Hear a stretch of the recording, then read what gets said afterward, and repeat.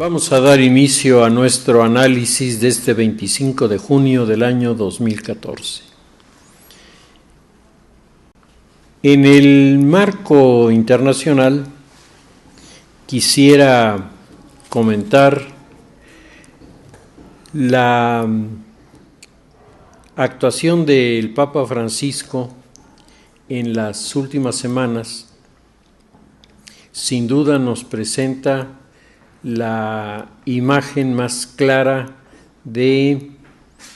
lo que pudiéramos considerar ha sido o será la estrategia que utilizará a lo largo de su pontificado. Un hombre que ha demostrado una enorme apertura, una gran sencillez, que ha dialogado con personas que pertenecen a credos diferentes y que, sin embargo, mantiene con ellos una relación cordial, demostrando que en estos diálogos, cuando realmente hay un intento de acercamiento, se pueden lograr cosas significativas y sobre todo se puede entender mejor la posición de quien dialoga. El Papa ha hecho algunas entrevistas, ha participado en algunas entrevistas, algunas de ellas han sido tan exitosas que se han convertido ya en libros, y los libros además están teniendo una buena demanda, precisamente porque los temas que se abordan y la forma en la que el Papa toca estos temas llama la atención como para conservar el argumento, para volver a leer la entrevista y así tener las ideas más claras. Uno de los temas que ha levantado mayor comentario ha sido sin duda el tema de la Segunda Guerra Mundial. En el tema de la Segunda Guerra Mundial, el entrevistador, que es un periodista que es brasileño, de origen judío, le ha hecho una serie de preguntas muy puntuales sobre el Papa Pío XII y sobre el papel de la Iglesia durante el periodo de la Segunda Guerra, 1939-1945. Y ha resultado para muchos sorprendente, primero, el conocimiento que el Papa tiene del tema. O sea, no es un tema sobre el que el Papa contesta en generalidades, sino el Papa se va a fondo sobre los temas que están preguntando, con datos, argumentos y con una percepción de lo que ocurrió en aquella época que ha dejado sorprendido al mismo entrevistador, que pensaba que por ser un tema de 1940, pues iba a ser un tema poco explorado por el Papa. La actitud muy precisa del Papa de defender la figura de Pío XII y defenderla no nada más desde el punto de vista teórico, sino con los argumentos, con los datos, con una precisión que es verdaderamente sorprendente, pues el Papa fue aclarando muchas de las dudas que sin duda la sociedad tiene respecto de este periodo. En particular, el Papa rechazó como una infamia la acusación que se hace contra Pío XII de haber sido indiferente, de haber sido poco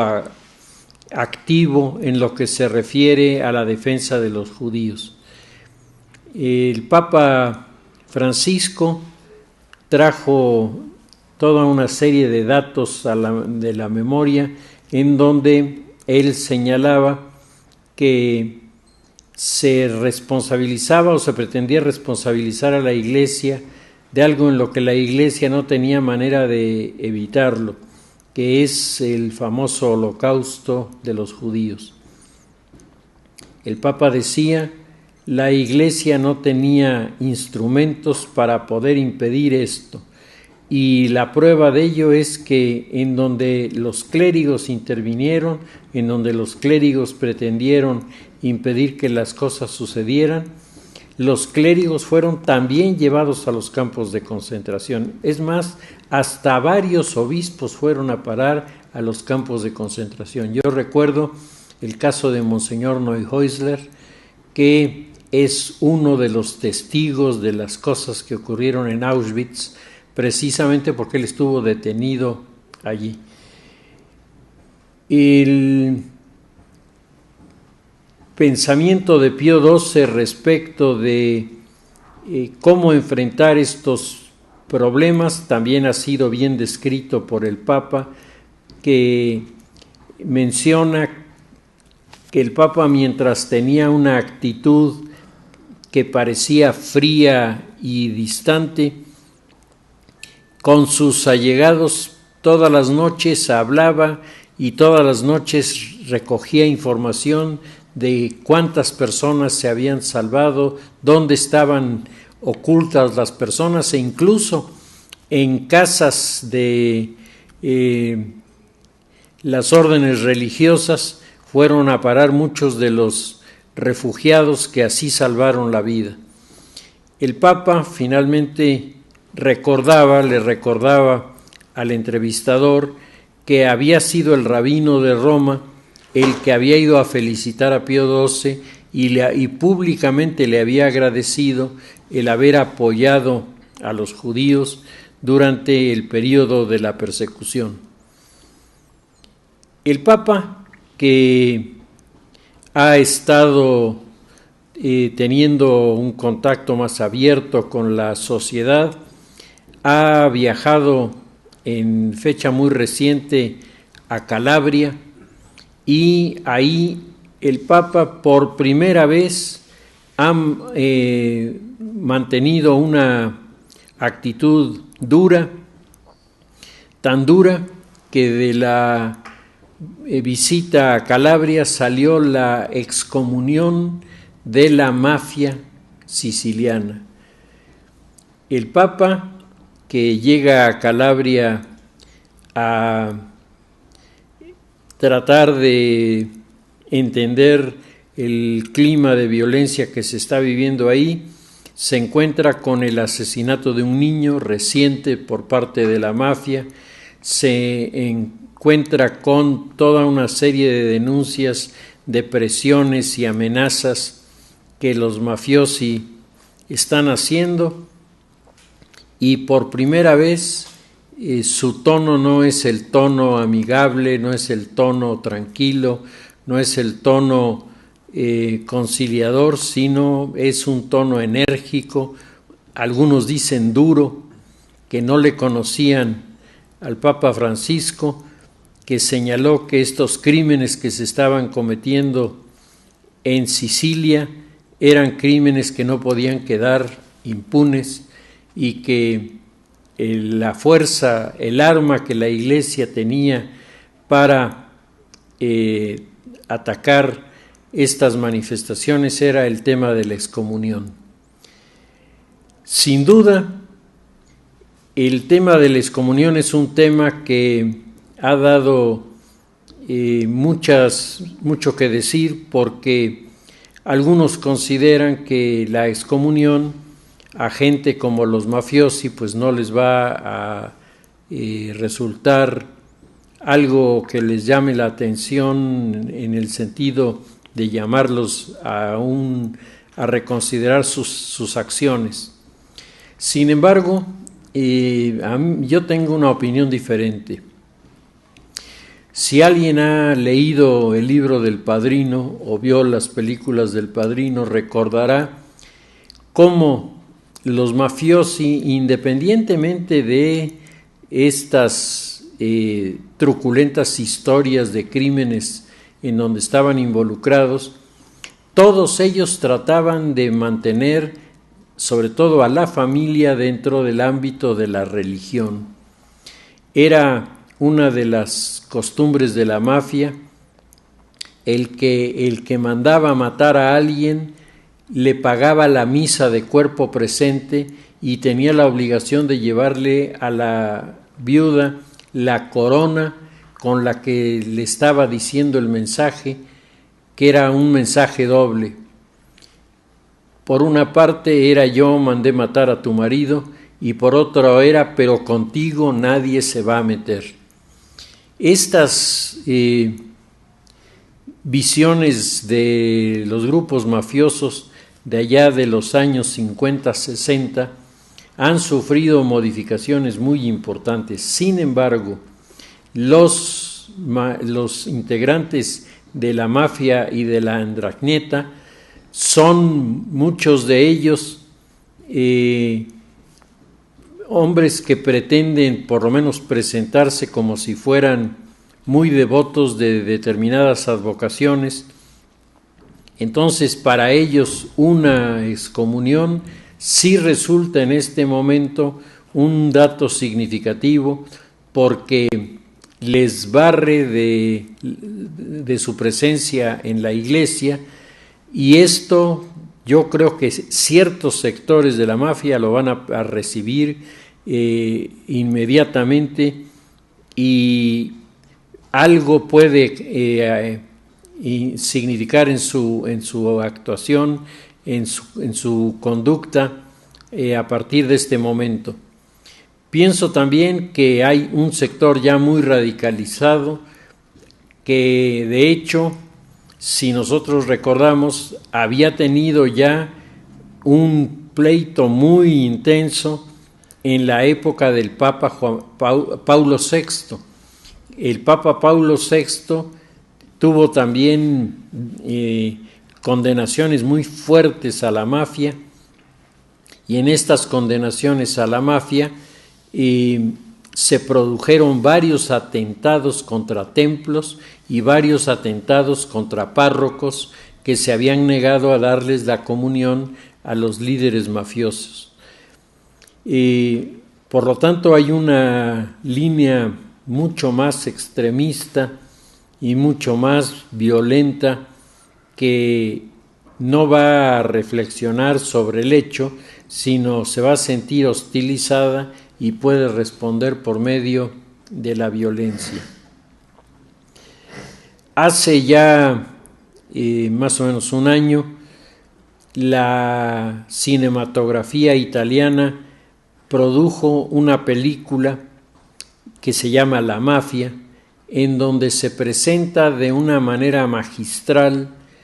la ruptura entre la vieja guardia y los nuevos capos mafiosi que tienen una actitud frente a la religión totalmente diferente de los viejos. Los viejos eran contrarios sobre todo al tráfico de drogas. Contra eso se oponían de manera sistemática, y el gran giro de los grupos mafiosos en Italia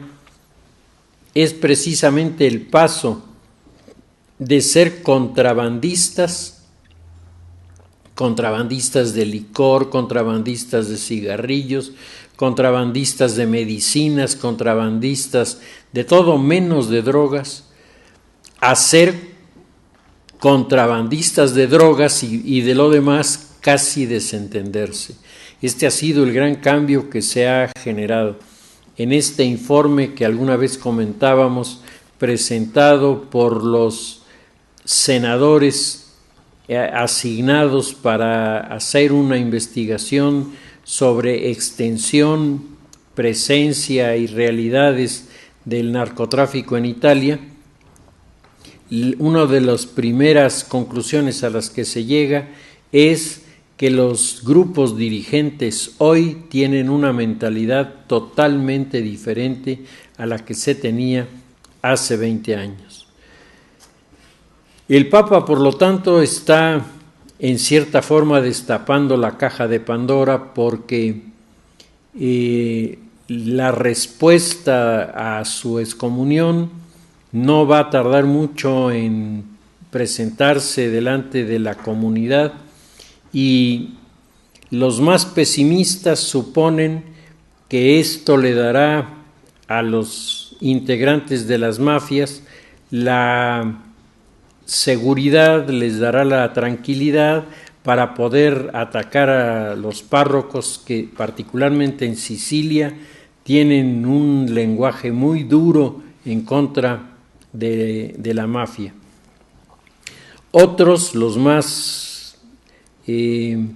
esperanzadores, dicen que la postura del Papa, sobre todo viniendo de un hombre que ha venido mostrando una y otra vez signos de bondad, de entendimiento, de apertura, pues no cabe duda que tiene que sacudir y cimbrar a estos grupos y producir efectos que puedan resultar finalmente benéficos para la comunidad. Será cuestión de esperar a ver qué sucede en este terreno. La otra noticia en el campo internacional que merece un comentario es el tema de lo que está ocurriendo en Irak. El tema de lo que está ocurriendo en Irak es un tema en el que está resultando agraviado y perjudicado políticamente, en primerísimo lugar, Barack Obama, presidente de los Estados Unidos. Se han reunido los lobbies, que son los grupos de negociadores que operan en los pasillos del Congreso en Estados Unidos, y tanto los lobbies conservadores como los lobbies liberales, los dos están reprobando la actitud de Barack Obama. Barack Obama ha manejado la estrategia de no tener estrategia, la actitud de dejar que las cosas transcurran y simplemente sacar a Estados Unidos de los conflictos, con el convencimiento de que el ama de casa, el jefe de familia va a estar de su lado, del lado de Barack Obama, porque los jóvenes no serán llamados a filas para ir a pelear a un lugar lejano, porque el escenario internacional no afectará las negociaciones del comercio, en fin, por razones meramente pragmáticas. Barack Obama ha pensado que el no mover el terreno de Irak, el no mover el terreno en Israel, el no mover el terreno en Afganistán, le van a dar cierta ventaja sobre la sociedad. Los analistas, Moisés Naim, por ejemplo, acaba de escribir un largo artículo en donde dice que la postura de Barack Obama es una postura que está resultando contraria a los demócratas y a los republicanos. Los republicanos porque reclaman a Barack Obama el haber sacado antes de tiempo a las tropas de Irak. Los analistas del lado republicano, lo primero que están presentando ante la sociedad es una información de cómo se encontraba Irak cuando estaban las tropas norteamericanas patrullando sus carreteras y sus calles, y cómo se encuentra Irak ahora. Presentan también los datos de cómo comenzaba a aceptarse la idea de la democracia en Irak cuando las tropas norteamericanas garantizaban la seguridad de los candidatos, garantizaban el proceso electoral y garantizaban al mismo tiempo que los candidatos y mujeres candidatas también comenzaran a crear un clima de preparación, un clima de educación a la sociedad para la democracia. Hoy esto está desapareciendo y finalmente, pues el tema del conflicto entre chiitas y sunitas, que si bien es cierto, las tropas norteamericanas no pudieron detener, la realidad es que durante la administración norteamericana, durante la presencia norteamericana, el número de incidentes provocados por esto, por las diferencias entre chiitas y sunitas, pues fueron mínimas, mientras que en el momento actual los conflictos entre chiitas y sunitas son el problema central del mundo iraquí. Los republicanos le reclaman a Barack Obama que tenga 2 portaaviones en el Mediterráneo y sin embargo no acerque ninguno a la zona de conflicto, como desentendiéndose de los acontecimientos y como no aceptando tener un liderazgo de las naciones a nivel mundial. ¿Qué dicen los demócratas, el partido del presidente Obama? Pues los demócratas dicen que qué rayos hacen 2 portaaviones en el Mediterráneo, que lo que tiene que hacer Barack Obama es sacar sus barcos de esta zona y dejar verdaderamente que sean los iraquíes los que resuelvan sus problemas, y si dentro de la resolución de los problemas está el que regresan al viejo régimen dictatorial, allá ellos, eso es problema de los iraquíes, no es problema de los políticos norteamericanos. ¿Y qué decir de el asunto de Israel o del asunto de Afganistán? Lo que Estados Unidos tiene que ir pensando en forma cada vez más definida y más detallada es que Estados Unidos ya no es el policía del mundo, dicen los demócratas. Estados Unidos ya pagó un precio muy alto por andarle jugando a pegarle a los malos, llevando él a los buenos al escenario, en donde no siempre les ha ido bien. El caso de la guerra de Vietnam es uno de los casos más significativos. La opinión de los demócratas sobre la guerra de Vietnam, pues pesa en el ánimo en estos momentos por las condiciones bastante parecidas que hay, sobre todo en ciertos temas que son los que más tensión están generando. Los demócratas están convencidos de que Estados Unidos tiene que recuperar primero su mercado interior, tiene que recuperar primero la confianza interior, tiene que recuperar primero las instituciones del gobierno norteamericano en el ámbito político, social y económico, y después Estados Unidos puede darse el lujo de oír quejas y aconsejar a otros países. Pero mientras la crisis presente los números que está presentando hoy, dicen, el presidente de los Estados Unidos debe estar de espaldas a la problemática del resto del mundo porque no le toca a Estados Unidos resolverlo. Los republicanos evidentemente piensan exactamente lo contrario, y todo esto hace que Barack Obama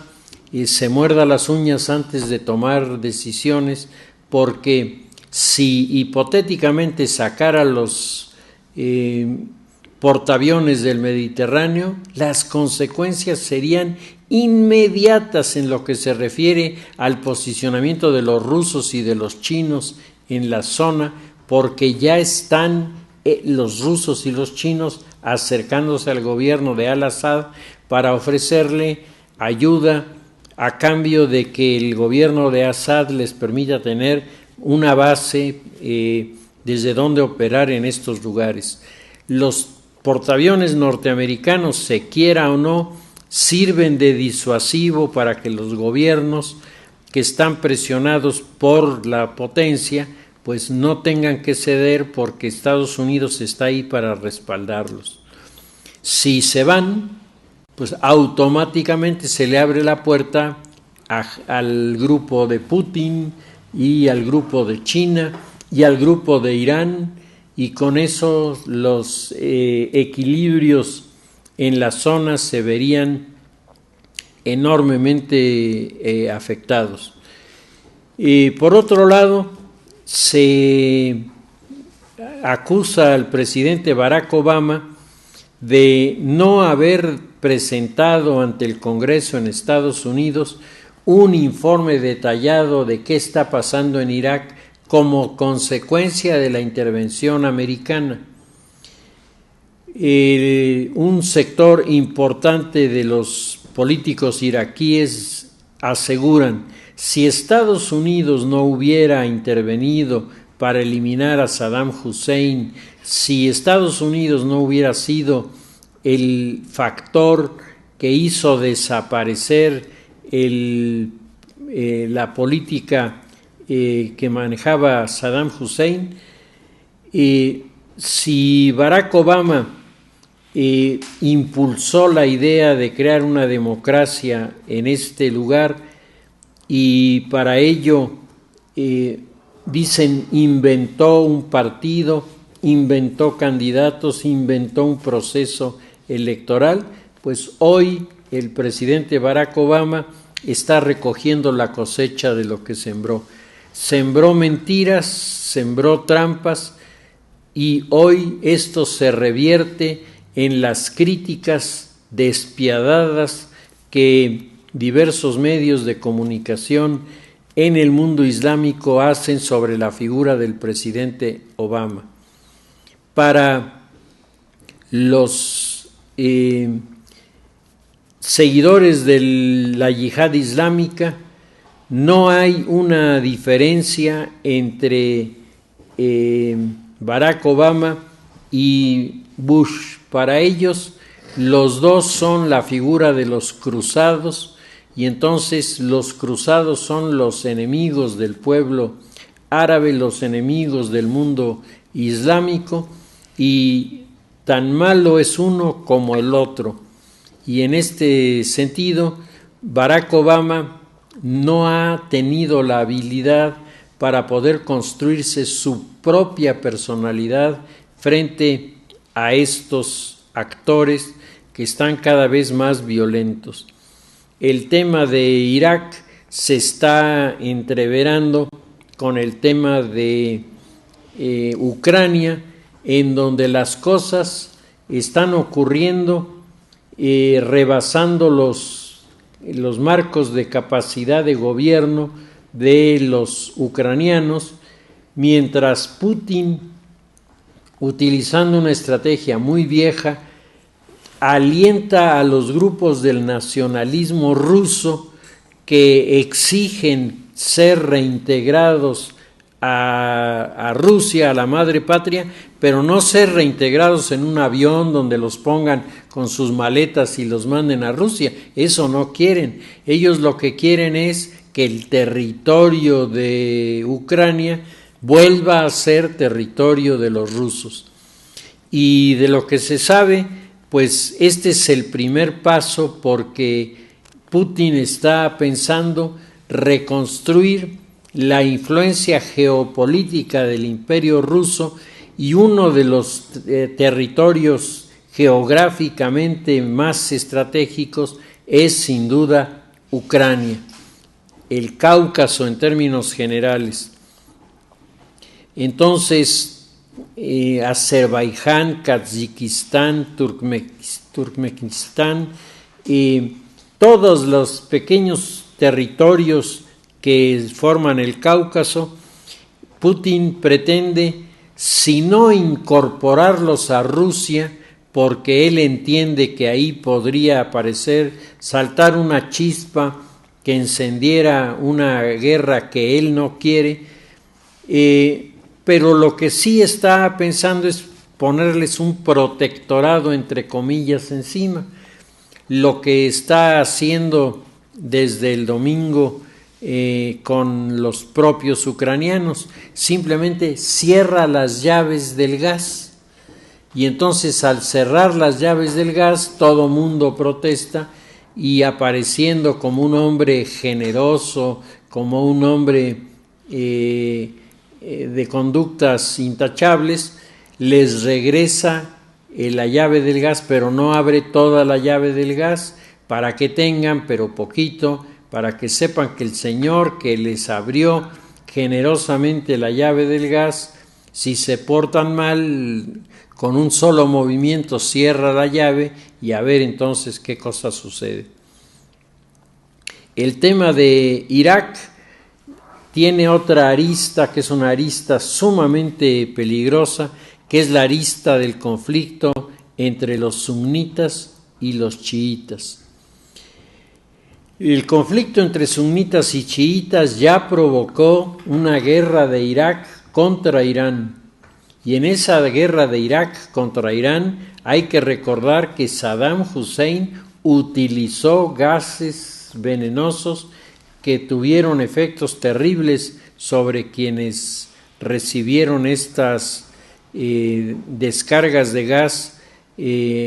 a través de equipos especiales. Se lanzaron sobre los combatientes, y después Saddam Hussein utilizó esas armas contra los kurdos,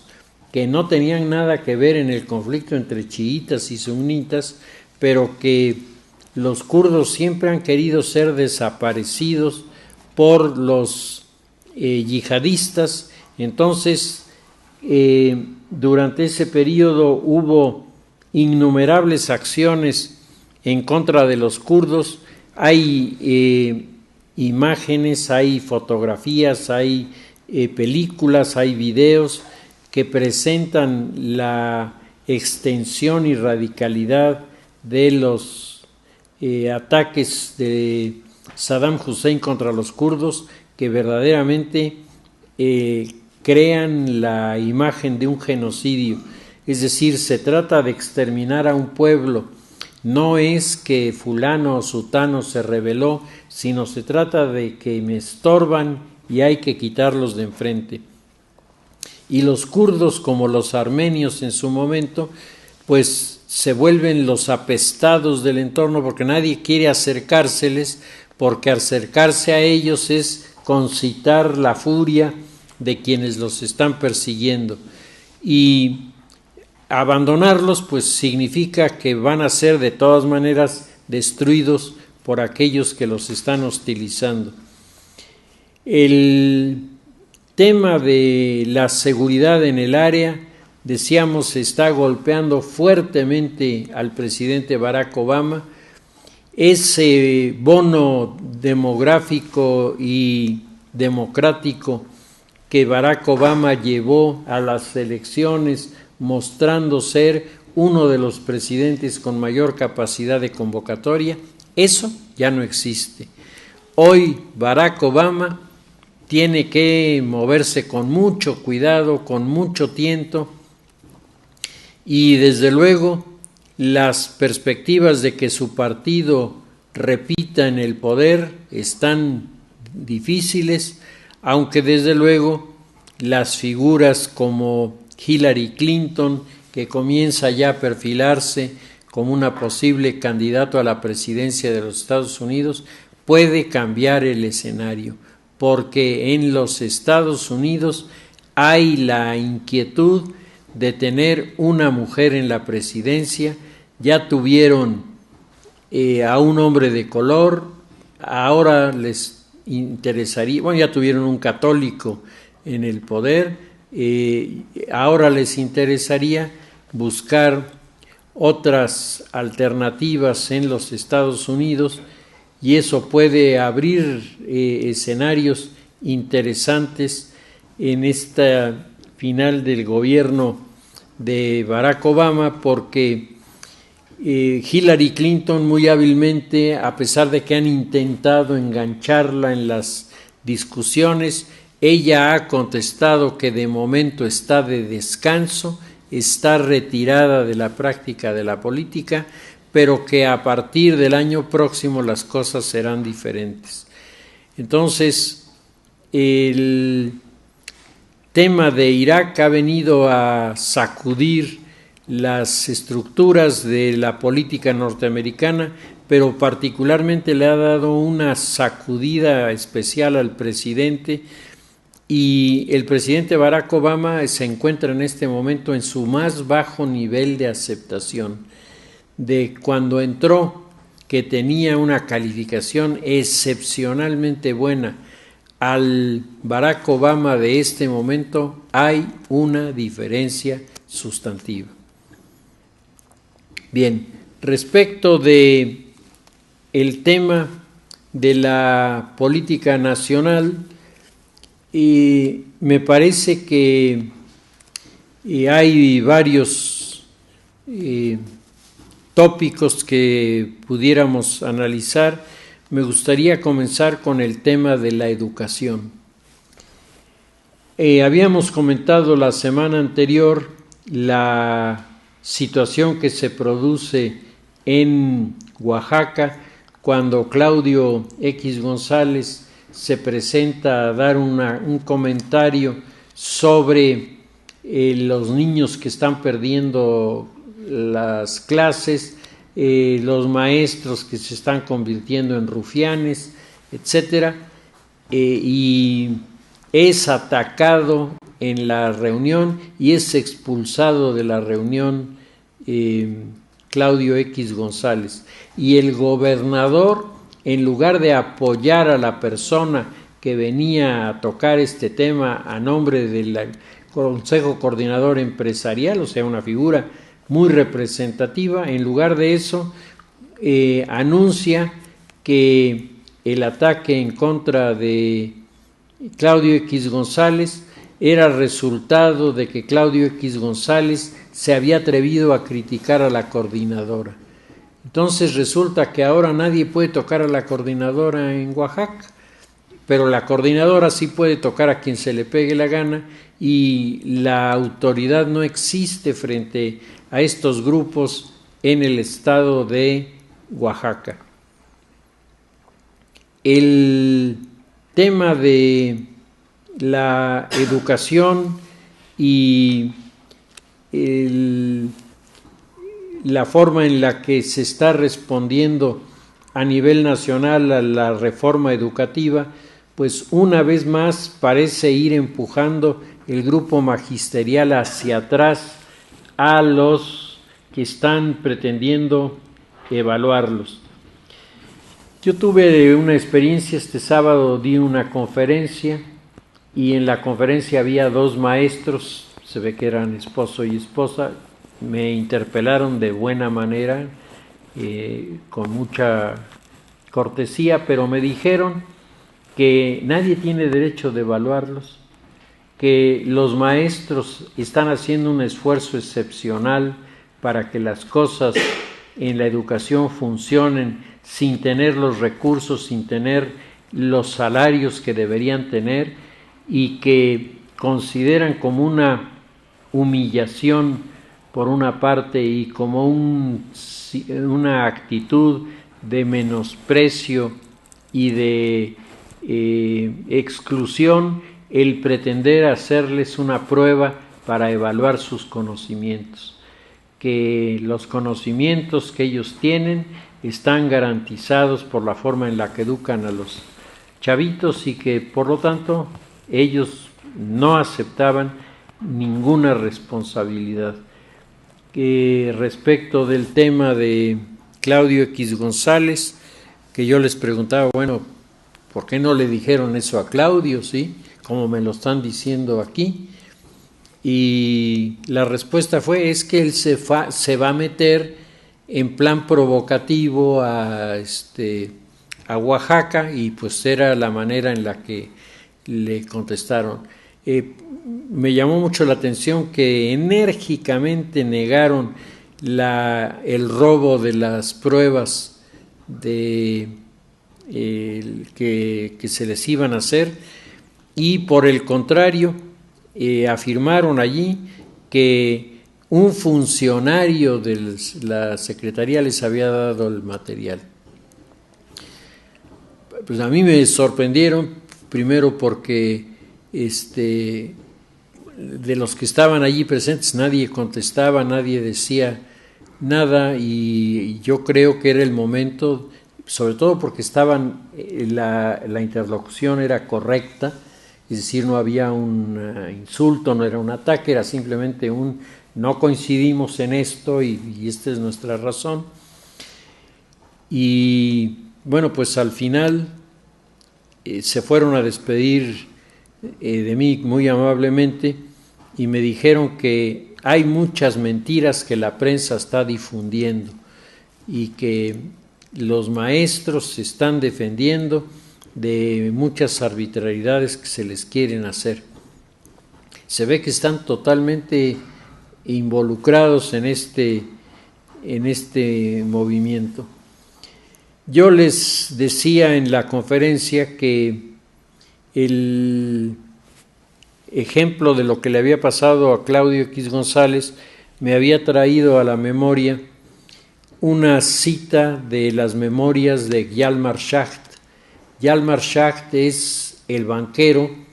que armó el modelo económico para Hitler, que le dio un resultado excepcional y sacó a Alemania de la inflación más alta de toda la historia en cualquier país del mundo. La ha tenido Alemania en esa época. El desempleo más elevado de la historia para Alemania se estaba dando en ese momento.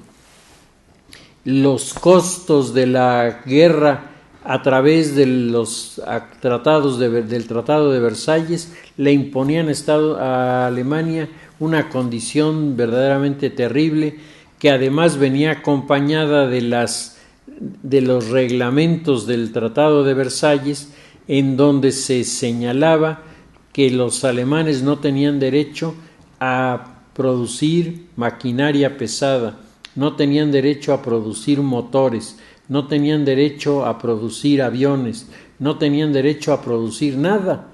más la intervención de los franceses en la zona del Ruhr. Todo esto significaba para Alemania una situación muy difícil, y este banquero, Hjalmar Schacht, se puso de acuerdo con algunos economistas alemanes, y entonces entre todos hicieron un plan que finalmente le funcionó a Hjalmar Schacht cuando Hitler llega al poder. Hjalmar Schacht cuenta en sus memorias que fue invitado a dar una conferencia en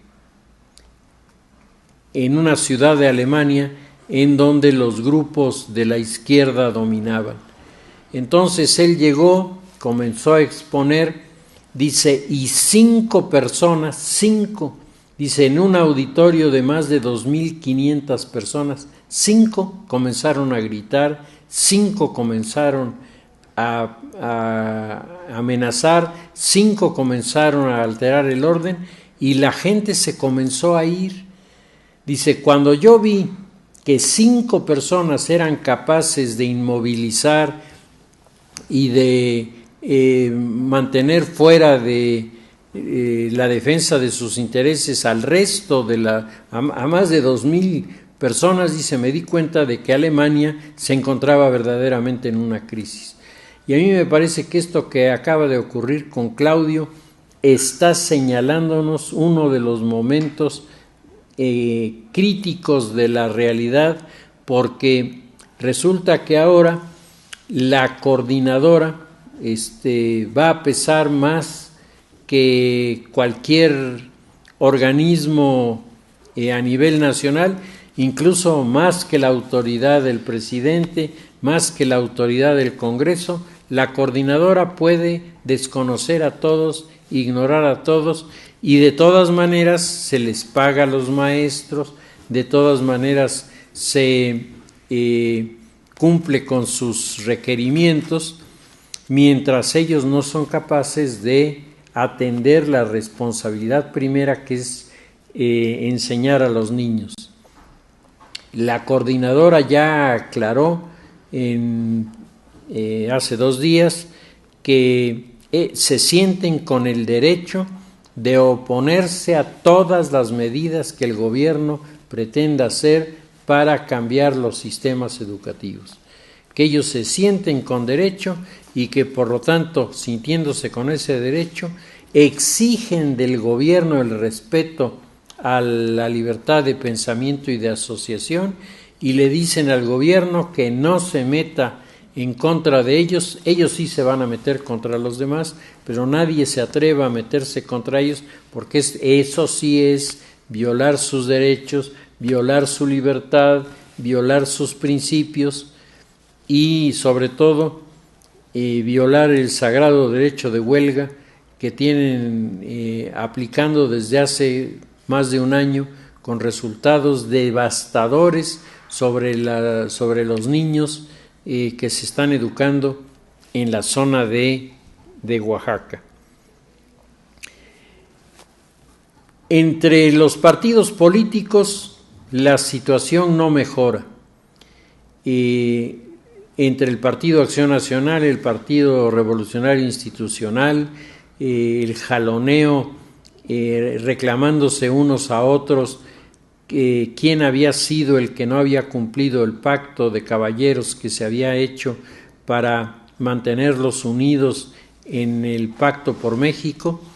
Pues estos desacuerdos intensos entre los personajes no ayudan exactamente a mejorar la imagen que la sociedad tiene sobre partidos y actores políticos. Por otro lado,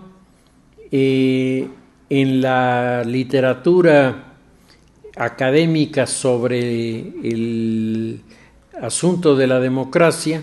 van apareciendo cada vez más y más elementos que destacan